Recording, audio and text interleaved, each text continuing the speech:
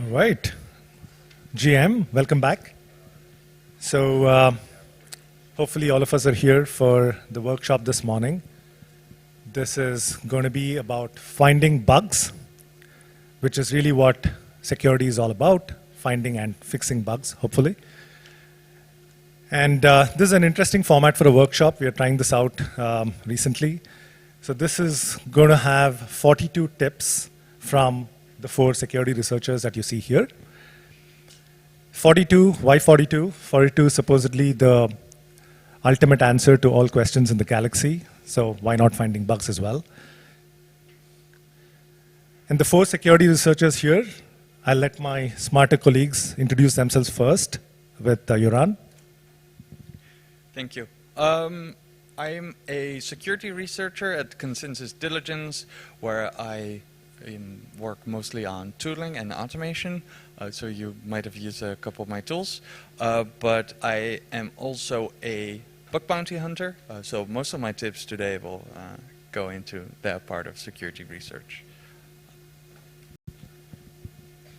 Hi everyone, I'm Tincho. I work for the Red Yield. I'm a co-founder.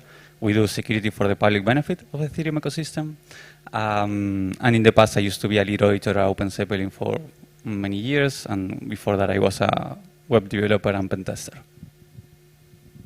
Hey everyone, I'm Nat. I'm an independent security researcher. I spent 4 years at Bits, where I did mainly security reviews. And before that, was a blockchain developer for 3 years. So yeah, today my tips are kind of going to be blockchain dev related and security researcher related. Fantastic. And I'm Rajiv. So I've been a security researcher pretty much my whole life. Started with Ethereum security roughly about 6 to 8 years ago. Early participant in some of the leading audit contest platforms. And then for the last couple of years, I've been a lead security researcher with Spearhead Cantina. And in this context, started Securium about 3 years ago. So Securium was funded by an Ethereum Foundation grant and collaborating with some of the leading projects in this space. The goal was really to scale Ethereum security. Right? And by that we mean onboarding the next hundreds and thousands of security auditors to make Ethereum safer. So Securium is really an online community known for its bootcamp. Check it out online. Has monthly quizzes designed by many of the all the people standing here and many others in the room as well. Check that out. And Securium also hosts TrustX, which is one of the leading Ethereum security-focused events. So with that, we will kick it off, right? The first question we really need to ask is why, right? Why are we doing this workshop?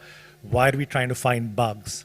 And as you can see, the whole, not just smart contracts or OPSEC and other things, right? The whole domain of blockchains, right, is really about trust. And in this case, finding and fixing bugs is really one of the biggest technical risks, not just in the base layer, in the layer 1s and the layer 2s, in the bridges and anything else in between, but also in all the dApps, right? All the smart contracts that really, and all the glue that holds them together, right? We need to be finding and fixing bugs. Why is that important? I mean, it should be very obvious to many of the folks, many of the security researchers here, but just to sort of put it once more, if we would like Ethereum to be the world computer, if we want to really onboard millions and billions of people onto the on-chain economy, and if we really want ETH to be ultrasound money, we need to make it ultra safe, right? So that's really the goal here. So with that context, we'll kick it off. And this really sort of hopefully justifies it, right? I mean, this is from DeFi Llama, as you can see. And this is probably representative. It really does not capture all the other phishing and many of the other things that are draining millions and billions. So this is getting better. I mean, this graph sort of gives us a warm, fuzzy feeling that, hey, we may be getting better, but I think we really have a long, long path ahead. So with that, we'll start with the tips. Thank you. And the clicker. Awesome. So all of you are probably on Twitter. If you're not, you're quite unique. And if you've been on Twitter and read any of the posts around bounty hunting, security research, you see a lot of grind set focused posts. And I'm not saying hard work and dedication isn't what's required to be a good security researcher, but I honestly believe that going into security research with the mindset of, I need to grind so hard, work 16 hours a day, is the worst possible approach. If you look at other industries like doctors that have a similar kind of mindset where it's like, I'm going to work so many shifts, I work so hard. If you look at the amount of incidents that are caused by people working multiple shifts, it's insane. And the same thing happens for security research. Like, I'll be stuck on a problem for 4 hours at the end of the day, and the next morning I'll solve it in 5 minutes. Like, staying stuck on a problem just because you feel like you need to work hard, not a good approach. Okay, tip 2. Scoping out targets and not just picking anyone at random is a pretty good idea when you're doing bounty hunting. There's so many programs, and if you just pick one at random, well, it can be a fun approach, but it's probably not that efficient. So probably the primary thing you should focus on is the amount of time that you have available. Closer? Okay. Probably what you need to focus on is the amount of time that you have available on these targets.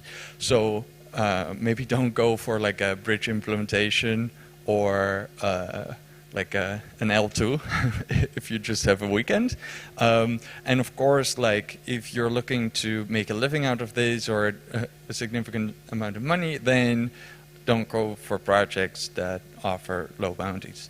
One thing I actually look at a lot is not necessarily the height of the main bounty, which is like 10 million or 1 million. It's usually very high. I look at the bounty that's offered for the high vulnerability, because that's usually a really good signal about how much a project actually cares about security. If they won't offer anything for highs, or if their high is like 10K and their crit is 10 million, this is just like random, that's not a good sign that they actually care about security. They just want to prevent the main things. Okay, tip 3, try to sleep, sort of. Okay, so this one actually happened to me. I was trying to sleep, and then, well, as it happens, my brain is like, oh, you were working on this problem, here's the solution. And so there I was, like in the middle of the night, typing up a bug report. The idea here is not to try to work while you're trying to sleep. It's more so exploiting the idea that you have, like your brain is doing passive processing while you're doing random things, like trying to sleep or doing the dishes. And to really leverage that, it's important to not try to do too many things at the same time. So, for example, if you're bounty hunting on a project, don't switch to a different project. Just keep doing this one, go for a walk, let it process, and find some bugs. And don't go like watch Netflix and fill your head with different things, because then you can't like leverage this ability of your brain. Like I have a cool example from when I was in university. I was working really hard on a problem. Like we had these days where you had to solve a challenge in a day, kind of hackathon, and I was like super stuck for like the first 4 hours of the day. Took a walk to get lunch. Passive processing happened. Solved the issue like right after lunch. So yeah, TLDR. Take some breaks and leverage this passive processing. Okay, now some tips about how to approach bug bounty discussions. If you're doing bug bounties, eventually you'll have a discussion with someone, because projects don't always agree with the impact or what you found. Everybody responds differently. There can be some emotions involved when you tell someone their code is broken. So one of the things that's really useful is basically learning a little bit of rhetorics and preparing for fallacies. People will come up with arguments that don't work, addressing them, or strategies that basically derail a discussion. Being prepared for them will just make your life easier in the end. Another tip on bug bounty discussions is kind of taking the mindset of working with this project as a business partner that you might want to do an audit with later. This creates a style of communication that's much more productive and much less likely to result in a situation where you're just name calling, like, no, your code is shit, and then they're saying, no, you can't find bugs and everything sucks. So this really helps things out there. And as an added benefit, if you actually do end up being business partner later, you have a much, much better relationship. Okay, then it's going to be super useful if you diversify your skills. So with DeFi, there's all these super useful resources like Securum that can help you become like a security researcher. But it's often easy to overlook the fact that learning other things that aren't necessarily directly related to DeFi or smart contract security is going to be incredibly useful. Like learning quantitative finance has been super helpful for me. Like there's a couple topics here. Like, for example, learning how compilers work, I think is an insane thing, like insanely useful thing to know, because you'll become so much more familiar with how programming languages work, how Solidity works under the hood. You just get an intuitive sense of how these things work, and that in the end will help you understand code better, find more bugs. It's also just something that keeps things interesting, you know? Like after a while, maybe DeFi gets a little bit boring. This kind of switches it up. So it's also just something to have some fun. Okay. Now, some strategies that you can actually apply in your bug hunting process.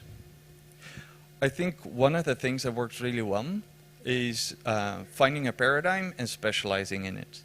So, for example, in DeFi, you have systems that provide leverage. So what you can do is become super familiar with all the things that you need to do to implement leverage systems and what can go wrong. Once you know all these things, you can just quickly go into all the programs that have some type of leverage, see if they do everything right, and if they do, you just move on to the next project. So this is kind of like an approach where you go super broad, and it can be super efficient. What's important here is to pick a paradigm that is relatively unknown or that you think nobody else is specializing in, because that way you have some competitive advantage. I guess leverage and concentrated liquidity are a little bit old now, but I guess like various CK topics can be something right now that there's not that many security researchers that specialize in these, where there might be some good opportunities. And I just pick something that you find interesting, to be honest, because that's the best way to learn and go about this all. That was the go broad strategy. Now for the go deep strategy. Instead of just going for a bunch of projects for one topic, you can pick one project and then go deep on that one. This is an approach I usually take because I'm very time constrained. I do like weekends, like short weeks. And the approach I basically take is I pick a project, and then I take some time to explore it and identify all the interesting bits, the risky bits, the parts that I think are going to be super difficult to implement right if I were to implement them myself. And then I basically just go have a look at those, and see if they if they actually made the mistakes that I think they would have. And that's actually like a super time-efficient approach when you think about it. And this kind of exploits the fact that as a bounty hunter, you're not an auditor. As a bounty hunter, you don't care about finding all the bugs. It doesn't matter. Like, it doesn't matter if something is left after you go by. As an auditor, that kind of sucks if that happens. But as a bounty hunter, we just want to find a bug as soon as possible. And this approach will allow us to do that. We will just have to look at like the critical code, the code that does liquidations. We don't have to look at all the like boring bits. Like usually you don't look at like the ERC20 contracts, whether they do all the interfacing right. I mean, you could, but that's not the go deep approach. Tip 9, read the documentation. Okay, so design mistakes can be critical. People come up with interesting ideas that fundamentally don't work or are super hard to do right. And from reading the documentation, this has happened to me, this has happened to other people, you can already notice some bugs, and then you just have to go into the code to see whether like the bug you think is there is going to be actually there. Quick side note there, documentation, usually out of date. Fortunately, unfortunately, depends on how you look at it. There's going to be cases where you find a bug in the design, a bug that's been there, but they already like came up with something that prevented it and just didn't document it at all. Even if you don't find anything, reading the documentation will set you up for success, because you'll have a good general understanding of what the code is doing, which is like the best foundation to actually get started. So if you, like, when I do the go deep approach, the explore phase for me is reading the documentation first, because with this documentation in mind, like actually starting to read the code is going to be going to be more productive, because you have some contextual awareness of where everything fits in the big picture. Then, for my final tip, this is kind of a mental model I started applying myself, is when you are reading through a code base, you usually notice like these tricks or gadgets where it's not really a vulnerability per se. Like, even if you would submit it, it might be an information or low, but it's these tricks that allow you to do things in a system that are odd or usually not supposed to happen. And even though these tricks are kind of useless on their own, they are usually involved in what you would call a kill chain. So critical vulnerabilities generally aren't critical vulnerabilities, not single bugs, but they are kill chains. And kill chains are basically a sequence of steps or sequence of bugs that you string together to achieve a critical impact. And by keeping track of these little tricks you find while reading the code base, you set yourself up for success when you find an actual bug that's maybe not exploitable or easily exploitable directly, but when you apply your tricks, it suddenly becomes like a super easy crit. And just making a list or keeping a list on a piece of paper or whatever note-taking app you prefer, Apple Notes, could be whatever, just keeping like a bullet-pointed list, hey, I can trick the system into doing this. It's not a security risk, but it might be helpful. That's going to set you up for success in building these kill chains and basically escalating a vulnerability from maybe medium or high to a critical with a lot of impact. All right. With that, I'll give it over to Nat.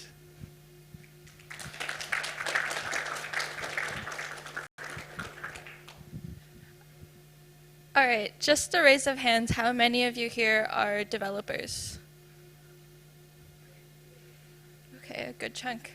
All right, so my next few tips, as I mentioned before, I'm going to kind of split between developer based and security researcher based, just because I guess I've been a developer for almost as long as I am a security researcher, and it kind of ties into even my current roles. All right, so tip 1 is architect first, code later. There's nothing worse than as a security researcher or a developer than trying to fix your bugs and then realizing that one bug fix results in something else happening, which means you can't fix it anymore, and you have to band-aid patch another thing, and then that thing can't be fixed because you have to band-aid patch another thing. As a security researcher, that nothing is more dangerous than this, but also as a developer, it becomes really hard to manipulate your code, to add new features, to add behavior when you have new code that you want to add.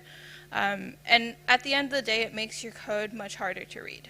That means when you bring new developers on board, that's more time it takes for a developer to understand your system, and more time for security researchers in a review or in a bug bounty to understand what you're trying to do.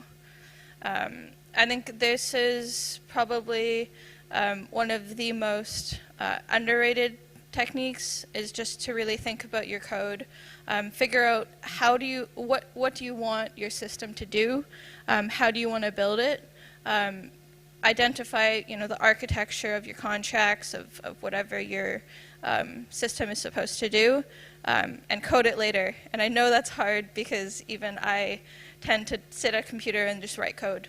But I will say, for a project that undergoes continuous development and continuous features, following this kind of practice makes just reading that code much easier.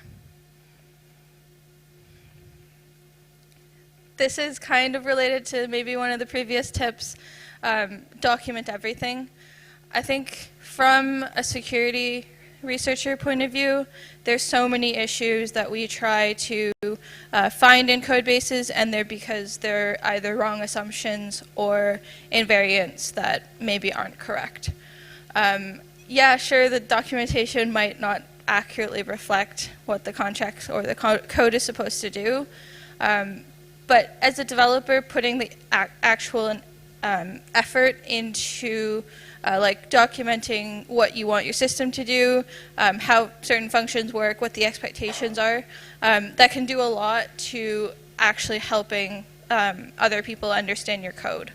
I think there's also been a lot of times looking at certain functions, certain code bases, and then realizing that all the documentation doesn't actually match the implementation.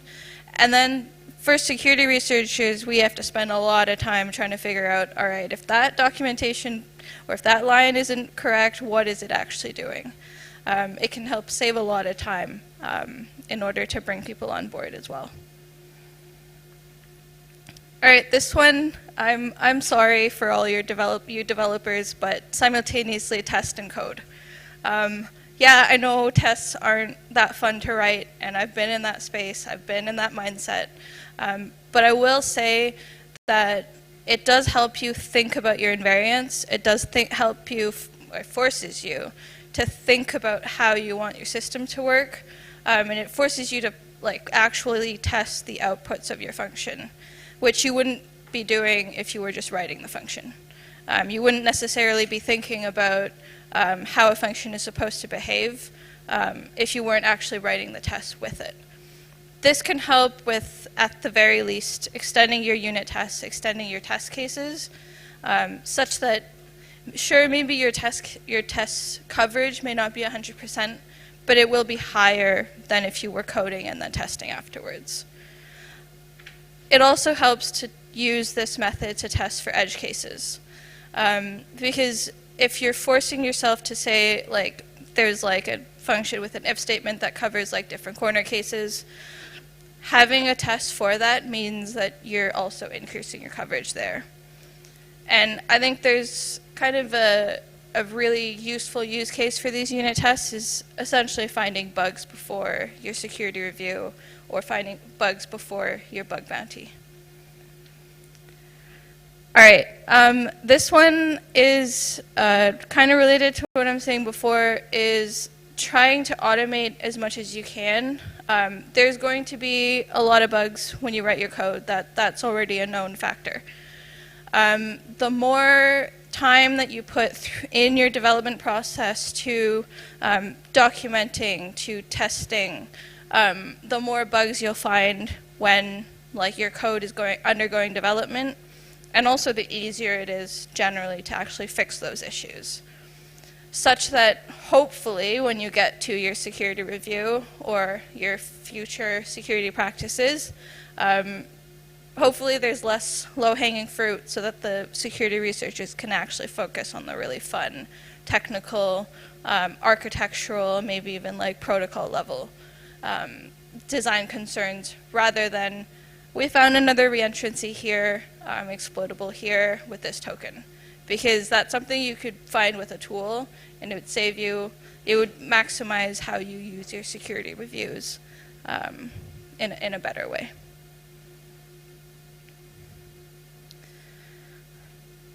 This last tip for developers is kind of higher level, not necessarily in the weeds, is proactively trying to figure out how can you increase security within your life cycle. What are processes that you could use in order to find bugs during development, such that your bugs that are found future in kind of the auditing side or the kind of further security side are the big ones. Generally, the smaller the code, the bugs have less impact within the system to fix. And so the more bugs that you find while you're writing your code, the better for your code.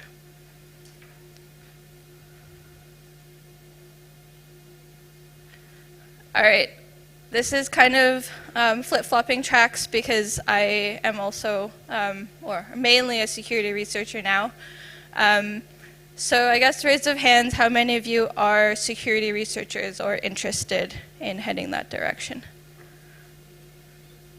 Okay, then let's get started. This next tip is preemptively ask questions and preemptively identify all of the assumptions that developers are making. And this ties kind of into the previous recommendation for developers about documenting your system. Nothing is harder than trying to identify what did you actually try to build in the first place. A lot of the time, I'll look at a code base and then realize, yeah, I think that's what was intended. I'm not entirely sure. Here's me looking at the code base. Here's what I think it's supposed to do, but it's really hard to have that clarification. And if you make a wrong assumption during your code review, I mean, you could be missing a bunch of bugs and issues within the actual code because you misunderstood how it was supposed to be used. So for that, I would recommend collaborating with your security team, collaborating with the developers. Make sure that you take the time and the effort to identify all the assumptions that you're making in your security review, and make sure that that's aligned with how developers intended users to use their system. All right, this one is a bit of an overlap as well, but essentially as a security researcher, building a mental model of the code base is incredibly important because, and this graphic is from the most, I guess, Sherlock Holmes, where he kind of references thinking about different concepts in terms of a mind castle, and where he can kind of figure out how to categorize information into this kind of strategic model that he can kind of be able to parse through information, be able to understand things, and then be able to bounce ideas. As a security researcher, this is super important just because once you have this mental model of whatever code base you're looking at, now you can start to understand, okay, this is how this particular flow works. This is how developers intended this certain flow to progress, and then you can look for deviations and assumptions where they might go wrong. A lot of the times, this helps with kind of taking a break, and then you can be able to really understand like different impacts of like different issues, and especially a kind of higher level view of the system. Understanding just like how the code base was built and how it works goes a long way. All right, this next tip is to learn your tools. As a security researcher, there's endless number of tools that you can use to verify whether developers are doing things correctly. Endless number of different like fuzzing integrations, verification integrations that you can check things. And I think there's far too much conversation about which is better. I don't think that's a productive discussion. Instead, I think it's more important for security researchers to really sit down, play with each of these tools, figure out when do they come in handy, when are they most powerful, and really learn how to use them. I think there's also endless resources on how to use these, and at least for me as a developer, I just have so much fun playing around with these. I think the more you play around with different tooling, and the more you play around with comparisons, like for example, like fuzzing a code base, or like writing unit tests on a code base, I think the easier it will be to test the code and playing around with the code base with these tools. That helps you in a different way, because with code, then you can test the code base. You can kind of see, okay, what are the different branches within your function? How do you invoke certain like if statements? How do you trigger or revert? And it really gives you a good idea of how the system works. So I guess the TLDR of this is really just play around with as many tools as you can and see where they help you the most. As a security researcher, I've realized that how developers intended users to use their system never really matches to how users intend to use it. I think that's just because developers have an assumption of, this is the one flow that users are going to use, and it's just this is it. And users are always creative in terms of arguments or just like the ways that they call smart contracts. Any potential deviation in these two things can be a fairly big bug and can result in like an impact in the system. So it is one area to look at. My last tip is to lean on each other's strengths. I think from a security researcher side, I was kind of sitting in both sides before, but as a security researcher, they bring kind of understanding of the security implications in the system, security kind of tooling and knowledge there. Developers usually understand how they want their system to be used, kind of the more strategic side. And I think for a security review, you can really take advantage of those two things and really collaborate with each other and lean on each other's strengths to maximize, or rather to shorten the amount of time it takes both parties to understand a code base, and then to maximize the number of bugs you find during a review. All right, with that, I'll pass it off to Tincho. Hello. Hi, everyone. Let's put the stopwatch. Thank you. Hi, everyone. Nice to see you all here, and thank you for coming. I know it's early. Some of you went partying last night, probably. Hopefully not too hard. So the idea is continuing talking about these tips for security researchers, for developers. Nice to see many developers in the room. Next time, perhaps you can put like security researchers on one side, developers on the other, and like we throw each other stuff or something like that just to get it started. But anyway, yeah, let's be honest, okay? I don't think many of us here, and I include myself, we are not going to invent the next new big thing, right? It's probably the case that we are iterating on something that somebody else in the past built, or that somebody else in the past found. So it might make sense to learn from history and to learn from what somebody else found or what somebody else built to try to secure the thing that we are doing, that we are reviewing. So for example, you will find, particularly in crypto, that we are very good at publishing things. It's not usual in the rest of the security industry to public audit reports. You should take advantage of that.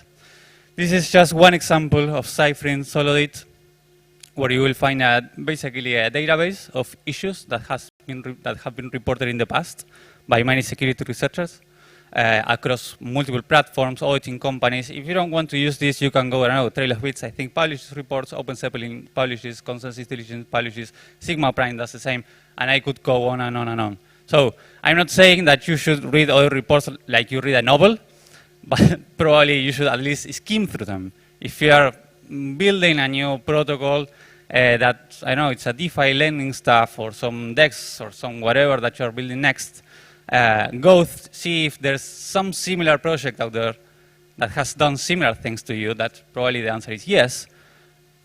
And go read the issues, and probably you will find cool stuff. Just to double check if you're not missing out on something. It's sad when we see out there in the community the same issues being repeated again. So please, I don't know, take a look at this or many other resources out there. We already talked about this, but I just want to reinforce the idea, particularly for people doing security research out here. It's very difficult to understand to what extent you should go deep, to what extent you should go wide, and there is no clear answer. There's never a clear answer. My only tip here is whenever you are very much in the depths of a code base, be careful, okay? It's very easy to get entangled in, I know, line 250 of that 1,000-line assembly code that you're reviewing, and you end up finding something very cool that, I know, you can do something very unexpected in that function, but then it's very hard to sum out because you need to find the actual attack vector. You need to understand impact in the project. And to understand impact, you should have context. How many times have you found something to then realize that, well, yeah, but nobody can exploit this? If you're a little bit evil, you might end up reporting that still to the developers just to fight with them, and they will end up telling you that, well, it's not exploitable. So zoom out, have context, understand where you are standing, understand the expected use cases. An issue could be an issue for you, but if the system is not actually expected to be used that way, I don't know, if it's not expected to integrate with that other protocol that you're thinking about, or it's not expected to use that token that you're thinking about, your issue won't make sense. So have in mind these kind of things. Diminishing returns are I know, something that I struggle with. And actually, I have questions. I don't have tips. I will borrow tips from you if you have some silver bullets to solve this. I usually don't know to what extent I should be chasing down bugs. I mean, it will depend on the kind of engagement that you're doing, right? So I will talk about this later, but auditing is not bug hunting, and it's not doing contests, for example. So to what extent you should be chasing down bugs? To what extent you should be going into that rabbit hole? When should you stop? Probably experience will tell you something about it. You will start growing some intuitions little by little on to what extent you should be going down certain paths and not choosing others. Then when it comes to reporting, doing proof of concepts is also a place where we lose ourselves as security people. How much detail should you put in that? How many how much infrastructure should you be setting up to test that bug you found in that breach that connects 1,000 layers, 3s and 4s and whatever. Sometimes it's very complicated, and you might end up losing too much time on that. I've been sometimes like a week trying to set up a whole testnet environment to try out an exploit, just to realize that then when I reported, perhaps it wasn't the case, or the proof of concept it's too complicated to run, or I end up debugging my own proof of concept instead of debugging the actual code that I need to review. So again, just questions to think about, things to consider. And then the last one, I'm not a very big fan of this new security contest, but some people in the room might be. You will find these escalation words. If you're not familiar with it, essentially in contests you will find people like competing to submit bugs. At some point in time, I think this is true in many platforms, but they all do similar things, but not exactly the same. People will start fighting each other just to escalate their issues and try to make them more severe, or to fight back the judges or whatever. And you will see like endless threads of people throwing shit at each other and spending precious time on that while they could be doing something more valuable for the ecosystem. But again, I've been in some cases there, and I know the feeling, and it's very hard to understand to what extent we should be doing it. But anyway, diminishing returns. Okay, diagrams. Yes, I love this part. As a security researcher, I'm a visual thinker. So that means that I oftentimes find myself like drawing stuff just to think about the things that I want to do. I also write a lot, and I will tell you about writing then. But let's talk diagrams now. I use diagrams to understand systems, and I do different kind of level of details in diagrams. This was me, for example, trying to understand account abstraction in the past. And I ended up drawing this. As I was going through the code, through documentation and everything, I was just drawing stuff and trying to understand what I was seeing. In this case, it's more kind of an architectural diagram. I don't know. I don't even think about it. I just write components, and I write names, and try to see which are the actors, how are the relationships. And this, at least for me, is very useful. Perhaps for you too. So take a look at it, and perhaps you will find something valuable. Then I do some other things. In terms of diagram, I could go into more detail with them. In this case, was me just thinking about the DEM vulnerable DeFi. This is kind of a set of security challenges that I created. This is one of the solutions for one of them. So I was explaining this at DSS, and I used a diagram to explain the actual solution. So you will see me like doing function calls and usually drawing where are the funds and where we should be putting the funds and everything. This is just one example. In real audits, probably I will be doing bigger things, such as this. I do go in depth sometimes. So this was me back hunting in Lido. So in this case, I was reviewing mainnet contracts, and I needed kind of to create a mental map of how the contracts work and how they interact with each other and where are the addresses. And then I would use like, which are the EOAs. In this case, there's a multisig in there. And then I would try to understand how fees are distributed, and I also use diagrams, and I would try to understand storage layout, and I would also use diagrams, and so on and so forth, right? So you might say that I'm spending too much time drawing stuff and not looking at code, but this is just the way I think oftentimes, and I find this valuable. In many cases, I ended up finding bugs just by looking at diagrams and trying to understand how actors and contracts relate to each other, or sometimes I end up finding kind of holes in my diagrams, so I realized that people can call things that shouldn't be able to be called. So yeah, and well, you can use whatever tool, right? So you can use online tools, your whiteboards in your rooms, in your offices, whatever that you feel like. Moving out of the comfort zone is another good thing that we should be all trying to do in many aspects of life, but let's just keep with security research. I just put that picture of that book because I like it. If you want to read it and give it a try. It has a chapter about the comfort zone. So if you're a security researcher, probably sometimes you will find yourself growing experience in certain fields, in certain categories, let's call them, of vulnerabilities or even protocols. But sometimes it's good to do something else. Earlier this year, I was, I've been, for most of my career, I've been auditing Solidity smart contracts. So I don't have that much experience auditing nodes and infrastructure, for example. But earlier this year, there was a contest, I think it was on Cantina, for Blast.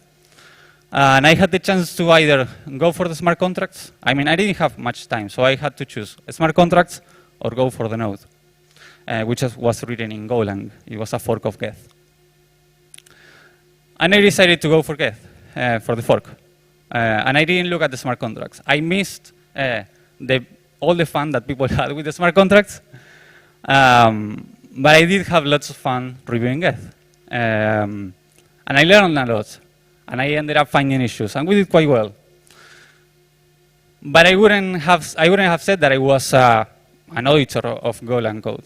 But I ended up finding things.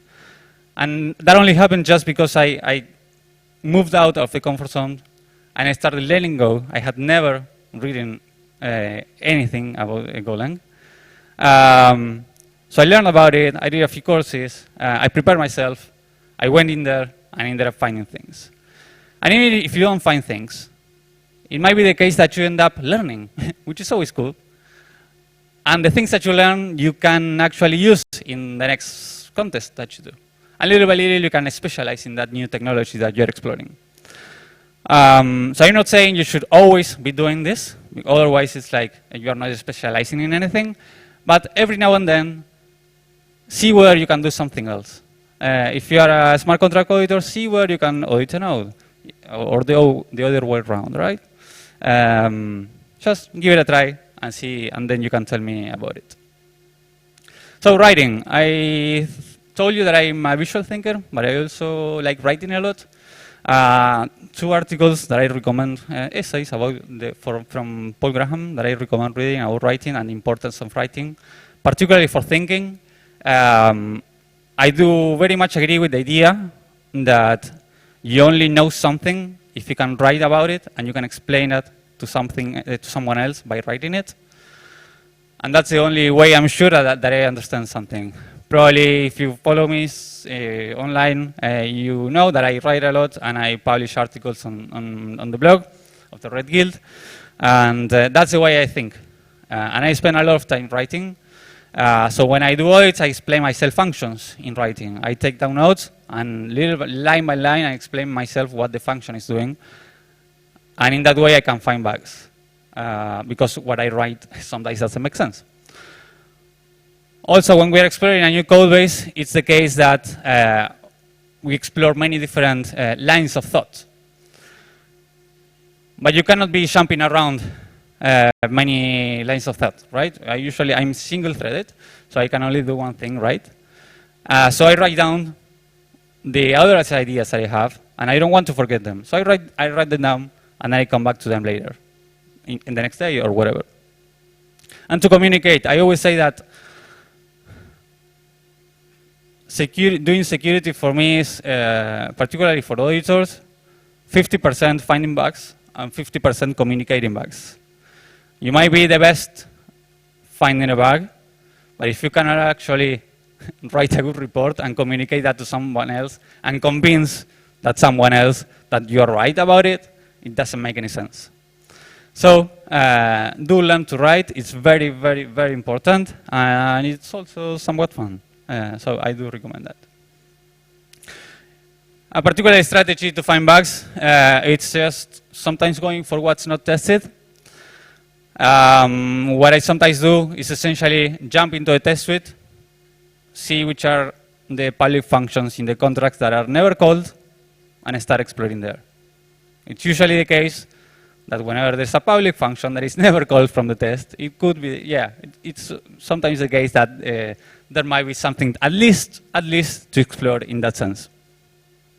Then what I would do is that I take advantage of the existing tests, I modify them, I hook into them, I rework them, I bring them wrong, I do whatever I want with the tests, but just because I don't want to be building tests from scratch, right? So I want to reuse the existing test suite.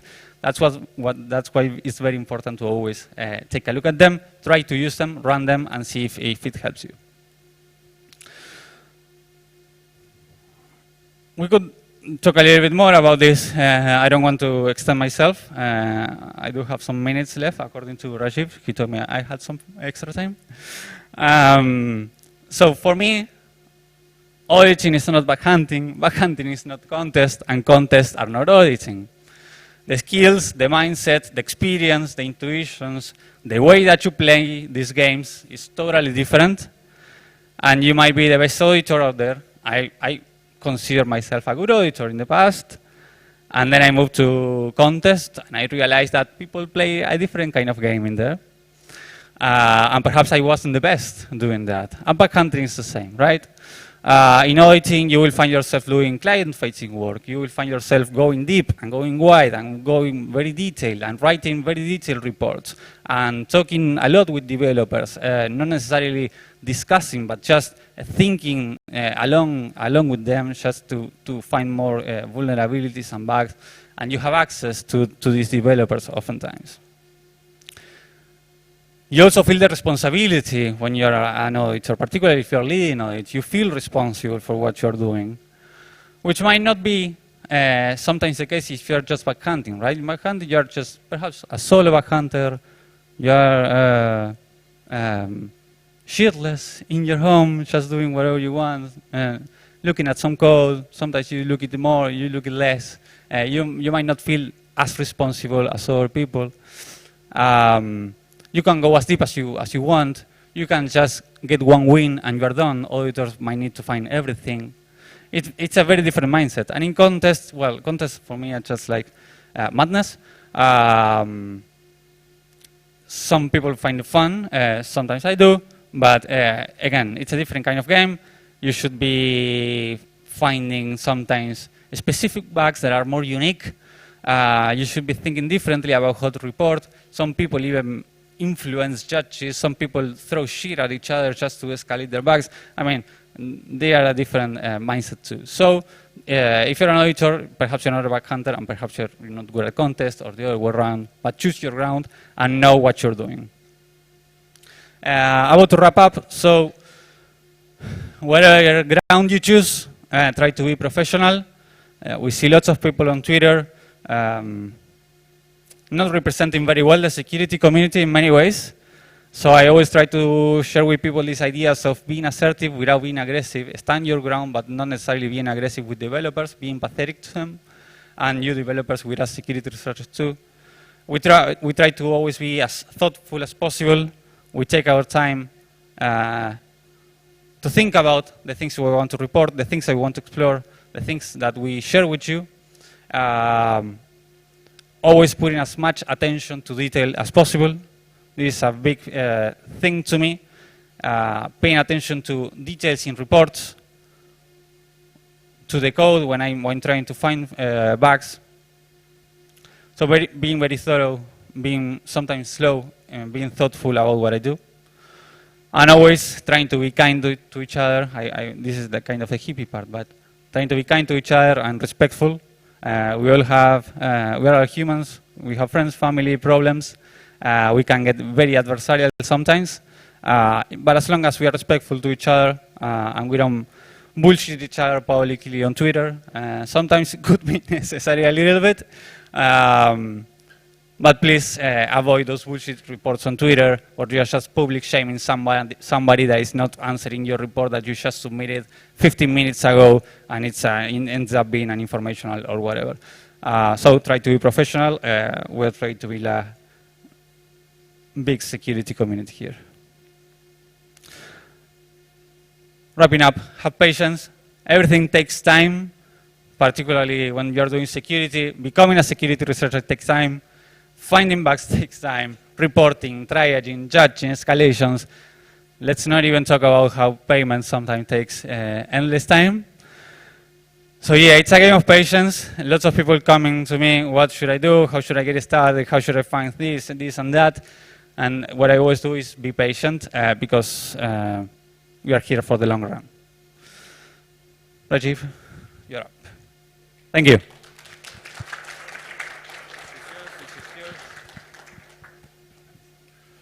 Great. Good to see people sticking around till the 30th tip. So people may be getting hungry, but I would request you to stick around for 12 more. There is a fun quiz at the end with rewards, which may be interesting. All right, so the next 10 tips, more memes, I would say. I would like us to zoom out, right? So we've had fantastic tips sort of covering both the security researcher mindset, good to see developers as well, so covering that as well. And by the way, on that, we need more people in security. So if you're devs, then do consider not just securing your own code base and having that attacker mindset, security mindset, but do consider looking into security, getting into more of security as well.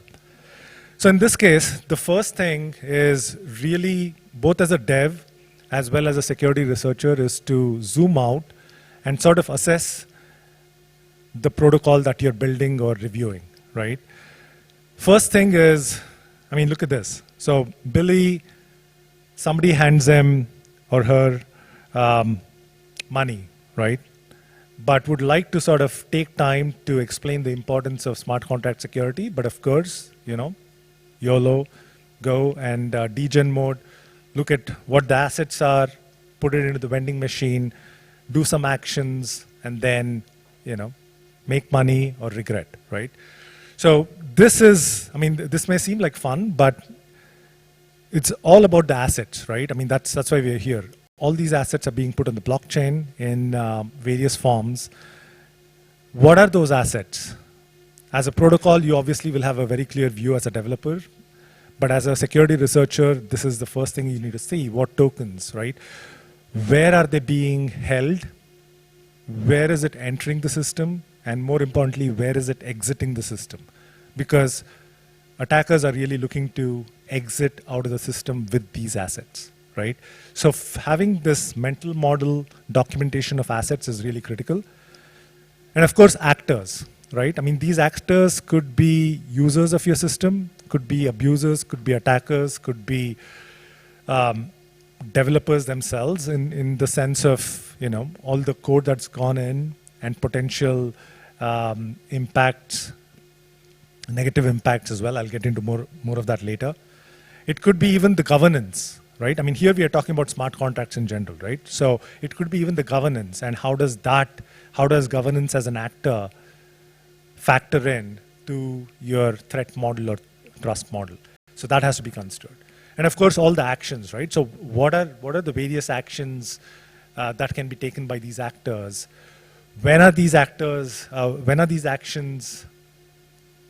happening? When does it make sense? When doesn't it make sense, right? I mean, these will be very clear to the developers or the security researchers once in the context of the protocol, but you really have to zoom out and think about these very consciously. And how are these actions impacting the assets? How are they impacting the actors? And why does this all make sense? So that is at a 100,000-foot level. I think that is really this is really what security is about.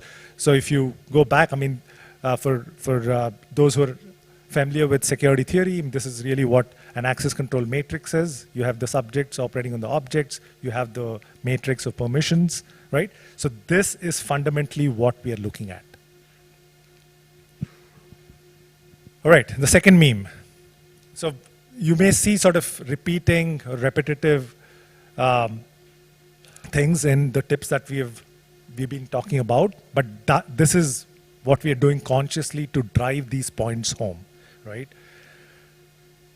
As a developer, you may have an expectation of your ideal users, right? Or the users of your protocol. But the reality is going to be very different.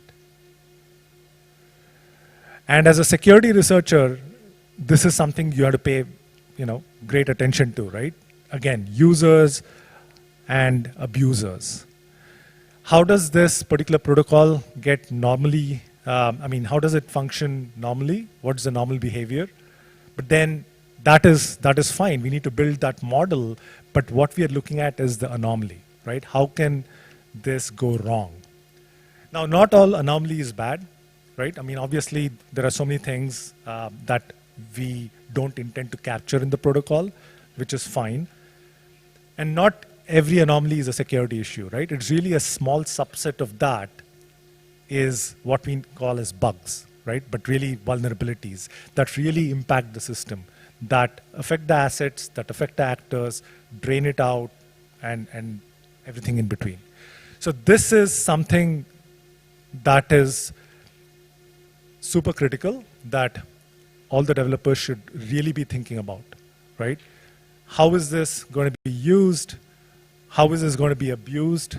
The reality is going to be, right, more than one user. I mean, the monkeys on the keyboard sort of an analogy, right?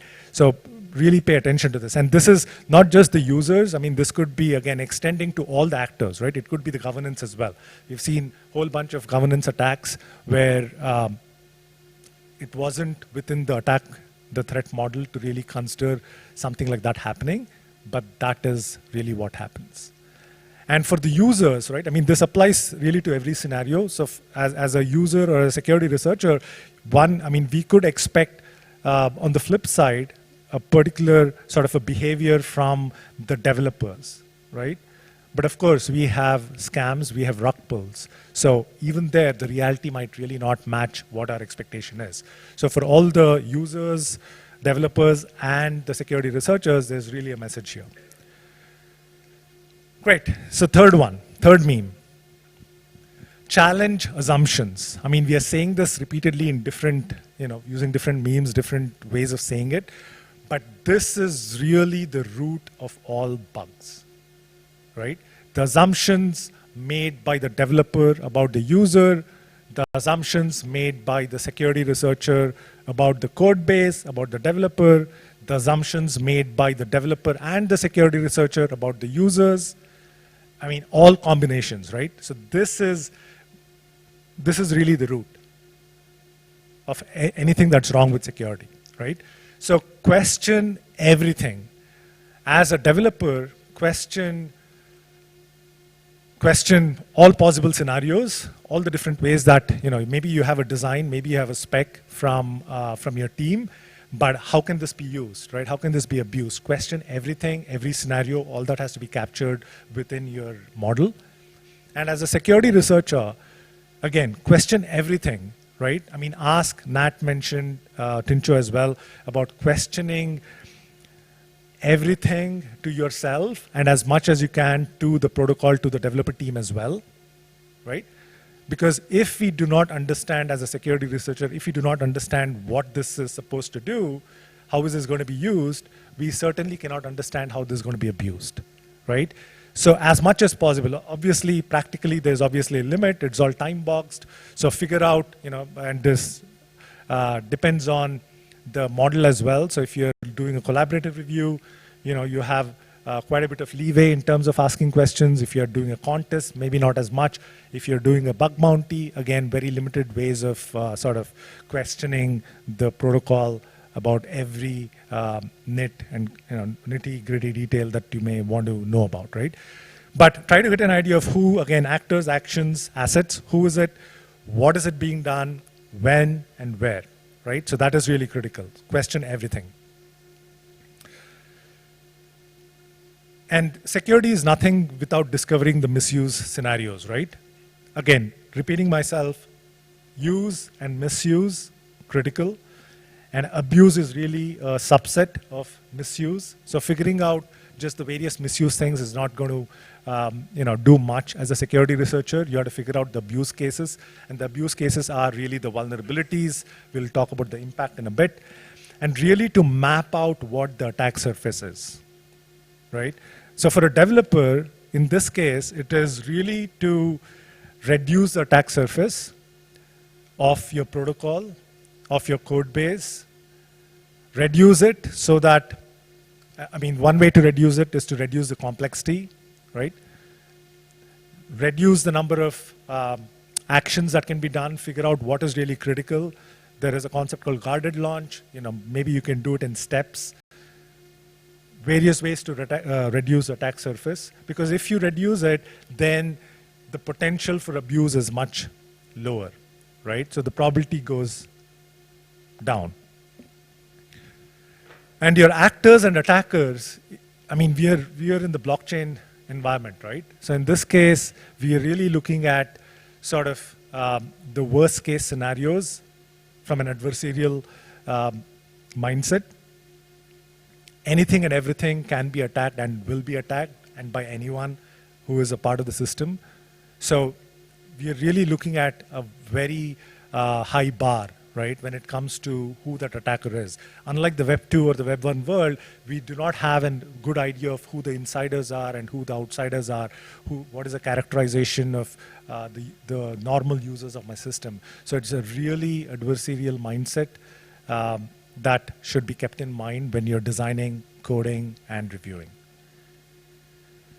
Great. So severity, Tincho talked about this in the context of bounties and contests. This is probably more relevant for the security researchers, right? If we do not, I mean, we found a misuse abuse scenario, but if we cannot determine and communicate, like Tincho said, what the impact is, then it's of no use, right? I mean, it's probably going to be like an informational finding or maybe a low severity one, but not much. But quantifying that is super critical. And the way the sort of the rule of thumb is to evaluate the assets. Are they being lost? Are they being locked? Is it temporary? Is it, is it permanent? Does it apply to all the assets, or is it only a few of the assets?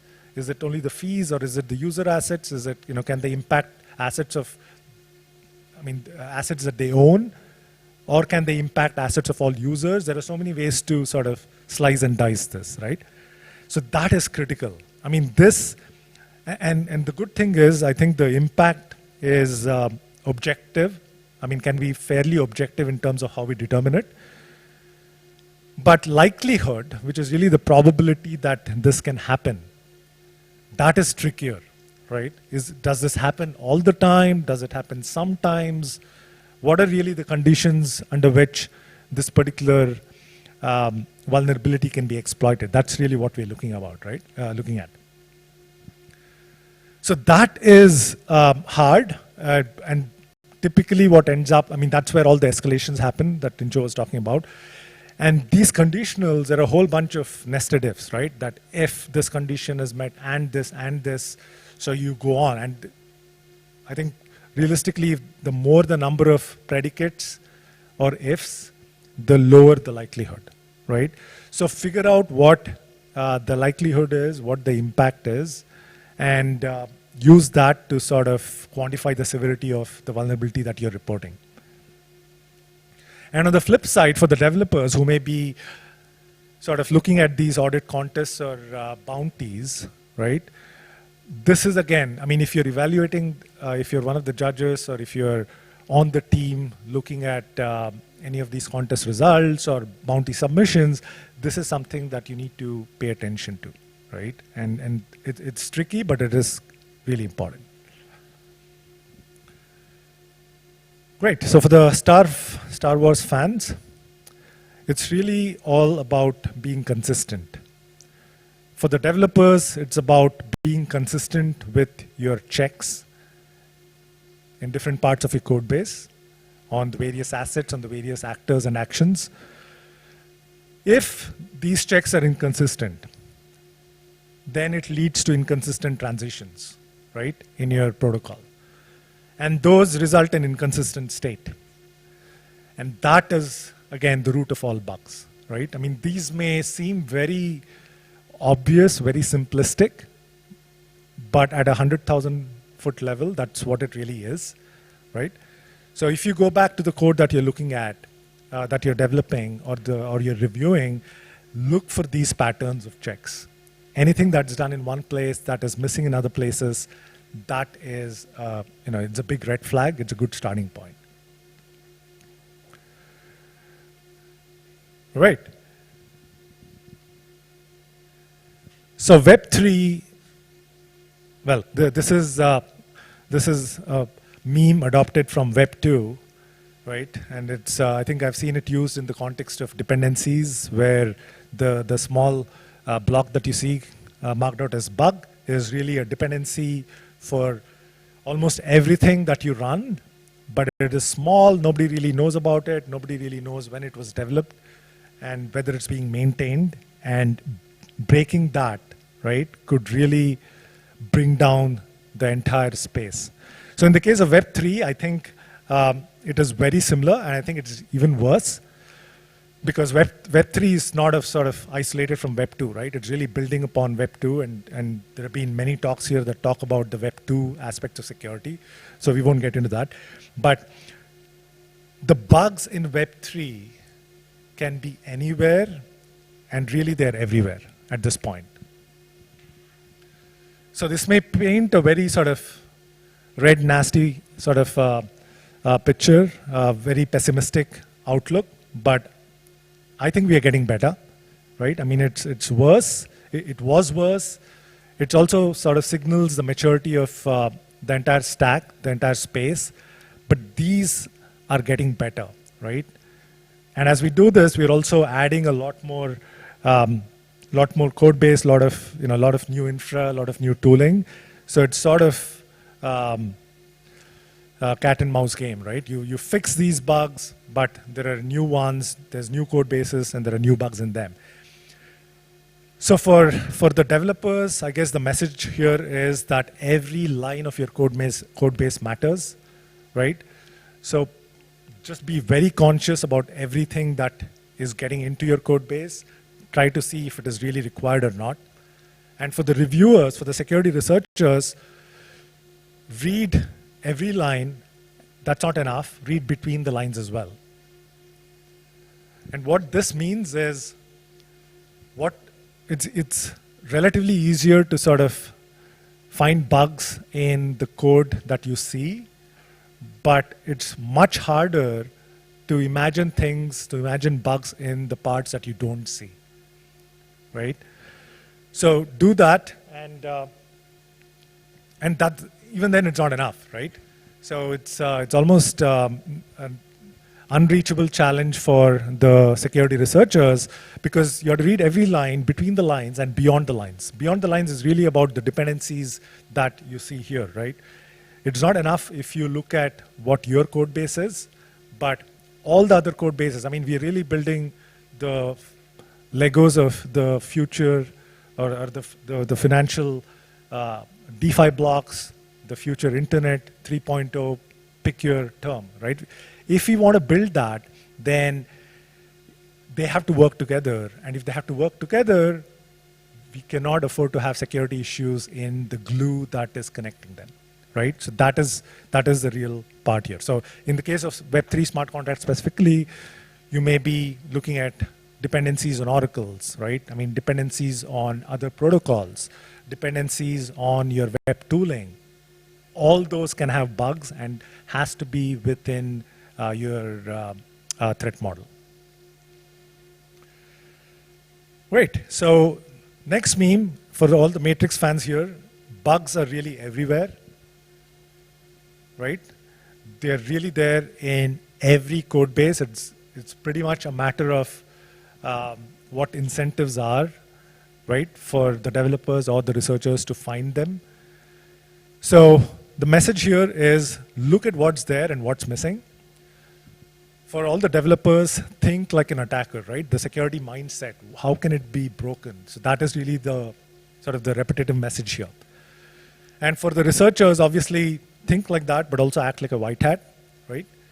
We can get into more of those stories later on. I think Joran had a talk earlier on with talking about Bounties stories at the security conference.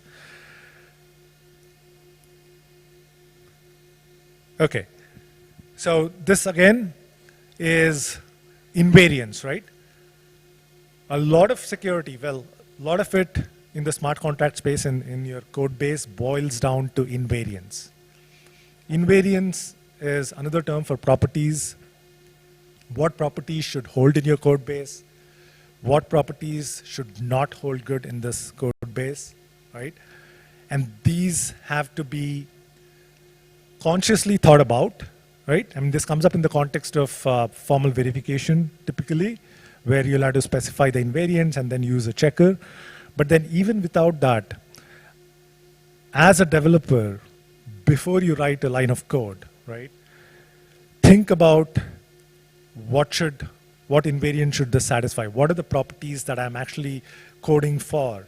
And document it. Great if it can be a formal specification, fantastic, right? Because then we can use formal verification tools. But let's even lower the bar, right? Write it in plain English. What is my code supposed to do? That is super critical for all the researchers and reviewers who look at your code base. Nat talked about this as well. Document everything, right? Put it in code comments, inline comments. Communications is going to be super critical in this space. And all of us are sort of repeating all this over and over again because it's really all these fundamental principles that apply. So read, as a security researcher, read all this. Hopefully the devs have written up all this. Ask questions, be direct in asking your protocol teams or your on your favorite contest or bounty platforms. Ask. You may not get the answer, but it doesn't hurt. And ultimately, try to infer some of these if you don't get the answers, right? So that's possible as well. There's a fantastic area of research where you can actually infer invariants. And a simple way of thinking about it is inconsistent checks. If there are some checks, if there are checks in some places and not, then it's either an invariant or those missing checks are sort of exceptional paths. So try to infer looking at clues in the code and docs and so on. All right, the final tip is just find it, right? I mean, we tend to talk a lot, think a lot, but ultimately it is really about reading the code, right? And the good part of the space is most of these protocols are open source. They have verified sources, so you can actually look at the code base, right, and know that, okay, it's hopefully the same one that was reviewed was deployed. Look at the code. There is no bug-free code. It may not be the criticals or the highs, but it may be the lows and the infos, but there are bugs, right? Read the code, find the bugs, and like all of us have said, both for devs and for researchers, I think success, we may think of overnight successes, but we don't see we see the tip of the iceberg, but there is a lot of preparation that people have done, right? People have spent years, decades, in different ways. Practice, and then ultimately patience. So I have the pleasure of also sort of summarizing a lot of all these steps. We'll do that in the next two slides, and then we will have time for questions. We have 10 minutes, and then there's also a fun contest. So quickly, right, for devs, before you code, specify and design. And after and during you code, test, right? So this is not, I mean, it's written as sort of a linear thing, but it's really sort of a cyclical thing. It happens, it's a helical model. So do that repeatedly. Think about assets, actors, and actions. Actions, think about where assets leave your system. Security mindset is critical in this space, both for devs and the security researchers. Shift left, which is a really well-known thing in the space. And all it means is that let's not wait for, test and prod kind of a meme, right? Think about security even before you start coding for the devs. Think about, I mean, that's really the environment we are in this case, right? Test properties, test invariants, use your favorite tool. It could be, the provers. We have some fantastic ones from the Sartora prover. Use fuzzing. We have the Medusa from Trailobits. Use simpler static analysis tools. We have so many of them. As an example, Slither. And if you're more into bug bounties, you have various tools there as well. Use Foundry, use Solidit to, as an example, to look at some of the to learn from the past. Use Glider to look at things on the mainnet. There's just so many of these tools. Play around with them, right? I mean, some of them may really work for you, some of them not. And for the devs, obviously, the bug bounties and the things may not really matter for the devs, but all the various other tools, right? There are so many plugins for your dev environments. Use those to test it out. There are testing frameworks. There are various extensions. The key is to find your tools and your techniques, right? And there are, I mean, we are lucky to have a good choice. Think about the use and abuse scenarios. Think about the adversarial environment. Think about defense and depth, right? Because if there is any place where we require defensive programming, this is it, right? Do not assume that I have an array and it won't overflow, right? Or I have this code path, it won't be executed, or nobody will create a pool with this weird ERC20 token, right? Do not make assumptions, right? And for devs, in this case, yeah, so won't repeat. We're out of time. We want to save time for questions as well. But all these things, right?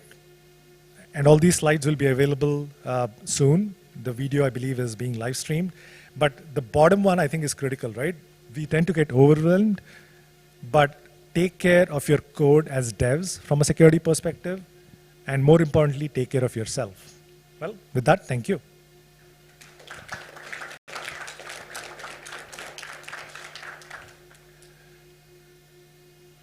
Cool. So I think we have questions. We can take, I don't know if people in the room have questions or if they have used the tool to put it up here, but maybe we'll start with this.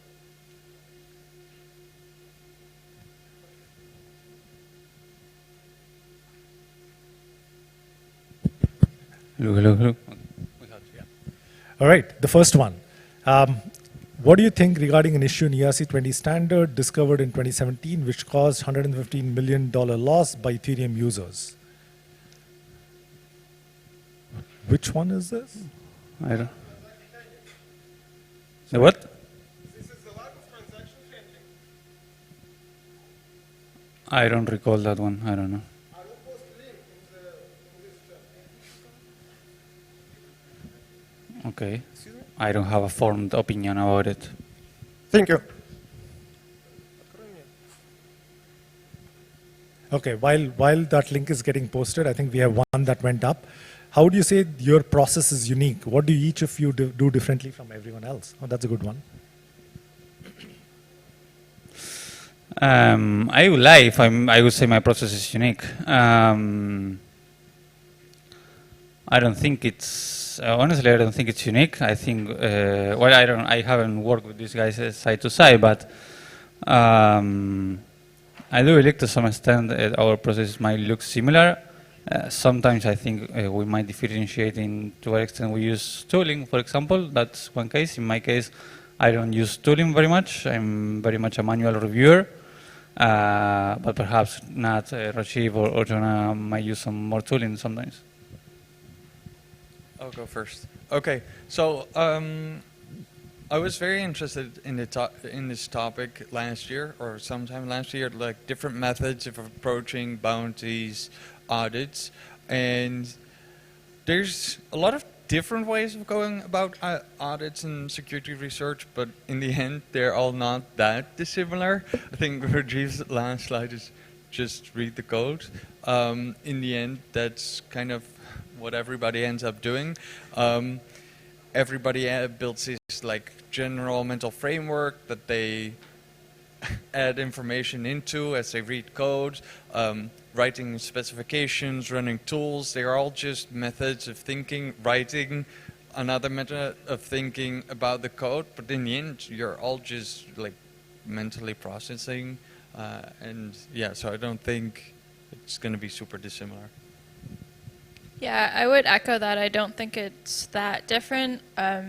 I used to do a lot of my reviews with invariant testing and fuzzing, but I don't think that's atypical. I think if you put the time into really learning how to use the tools, I think anyone can really spin up like a fuzz test.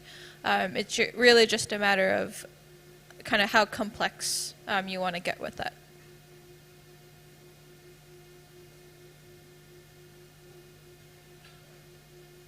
There's too many tools. Should we pick that one? I think Nat had a slide on this. Doesn't matter which tool you use, just use the ones that work for you. I feel like that's very true. There's a couple of VS Code extensions that are super nice. I personally don't end up relying a lot on this kind of tool. I use VS Code bookmarks, super useful. But that's not really a security research tool. Obviously, you're going to use some syntax highlighting, go-to definition type tooling. But beyond that is really like what works well for you. And I recommend you try out like all the different things. In terms of researchers to recommend, these guys.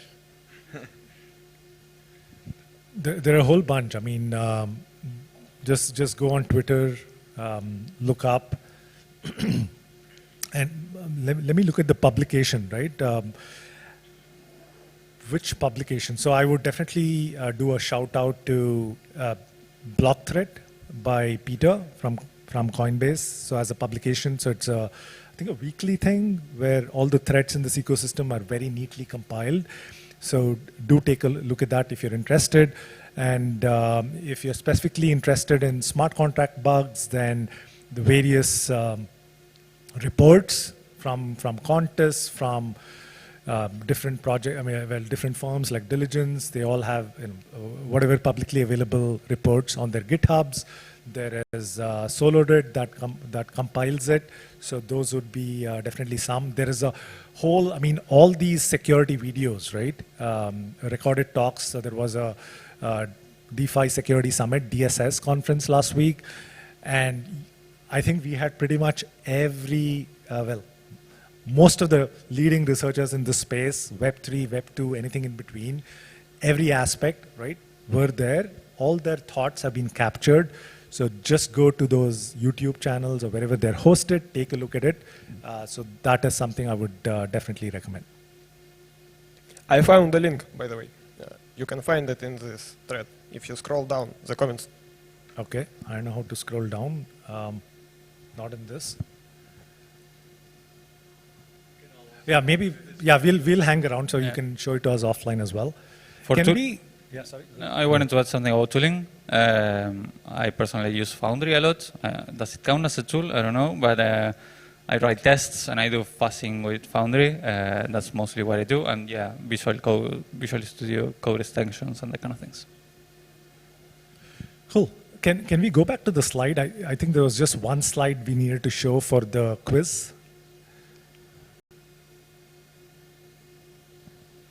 So while it comes up, so this is a short quiz. It's really 15 minutes. And you don't have to finish it now. Just look at the QR code. It's 8 multiple choice questions. There's a small contract which was designed by, and this was designed by Tincho. It has, for the devs and for the security researchers, there are some bugs in these contract snippets. So if you go to that link and if you use this password, you'll be able to answer the quiz. And the top two participants will get tickets to DSS next year. DSS is the DeFi Security Summit, the security conference that happened last week here in Bangkok. So hopefully it'll happen next year as well.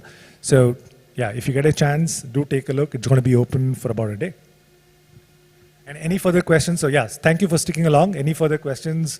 We are going to be hanging around in, oh, there's one question in the room. Thank you. Can I explain the history of the issues that was asked regarding the ERC20 standard? Can I explain it and ask you for your opinion regarding the issue? I'm sorry, I don't understand your question. History of the ERC-20 attack? The ERC-20 problem that was asked in this comments channel. The ERC-20 standard contains a security flaw that the Fabian Vogelsteller, the creator of ERC-20 standard, confirmed in 2023. It is classified as a lack of transaction handling. So the ERC-20 standard is designed in such a way that when you are trying to send tokens to a smart contract which is not designed to receive tokens, the tokens are lost permanently. For example, if you would send Ethereum to some smart contract which does not implement the receive function, or if you will send the NFT token to such contract that does not implement the on ERC-721 reception function, it will not be lost. But the ERC-20 token cannot be handled on the contract's side. As a result, if you send such tokens to a smart contract that cannot reject them, they will be permanently lost. So in 2017, this issue was described. There was $16,000 lost because of this issue at that time. In the next year, there were $2 million lost. In 2023, there were $60 million lost because of this issue, because it is still not patched. And on 1st November 2024, there were $90 million lost. And 2 days ago, a user lost $25 million because of this exact issue. Got it. Yeah, I think we understand it now. So tokens sent to a contract being lost, right, as opposed to being sent accidentally to a contract, right? So I believe, I mean, it is how it has been designed. So users Excuse me, why is Ethereum and NFT designed in another way and does not cause the loss of money for users? Do you want to say that the loss of money was designed? I don't believe, so this is very specific to smart contracts, right? And it's nothing to do with the Ethereum base layer. And it also is about how your smart contract works, right? So we can go deeper into this. I think there's a misunderstanding here. So we can talk about this, but time's up, but we also want to take the last question in this room. Thank you. Just very curious, perhaps maybe the three of you can describe how you approach a fresh code base, where you study it, and how do you map out, and what's your workflow like? Thank you. How do you approach a fresh code base? So I already answered the question, I think, before. So me personally, I start with the documentation, because there's going to be problems. Sometimes you already find bugs just reading the documentation. I think I saw a Twitter message the other day where someone actually did the same thing, found a bug reading just documentation, and then usually global scanning of the code base. And then for me, I usually take the go deep approach. So I just spearhead for the parts that I think are vulnerable. But I think that is mostly a bounty hunting approach. It doesn't work for auditing. Or, yeah, I'll let others speak to that. Hey, thanks for the question. So in my case, I would say, documentation first, with a healthy dose of disrespect for the documentation. Don't trust everything that you read, because it might be a case that in the code doesn't match the documentation, so you have found issues there. And what I would also do is this is perhaps something personal, but I will just start with the little parts. I wouldn't go first for the big contracts where you have all the main interaction and everything. Sometimes I just start by the small libraries, but isolated things that I can then just treat as black boxes in the future in the audit. So I would start at the beginning with those and then move up into complexity. Yeah, I would echo documentation. I would also add starting to find and identify invariants from the beginning. So I kind of start with that with documentation, and then reading the code, finding some more invariants, and kind of iterating throughout that process.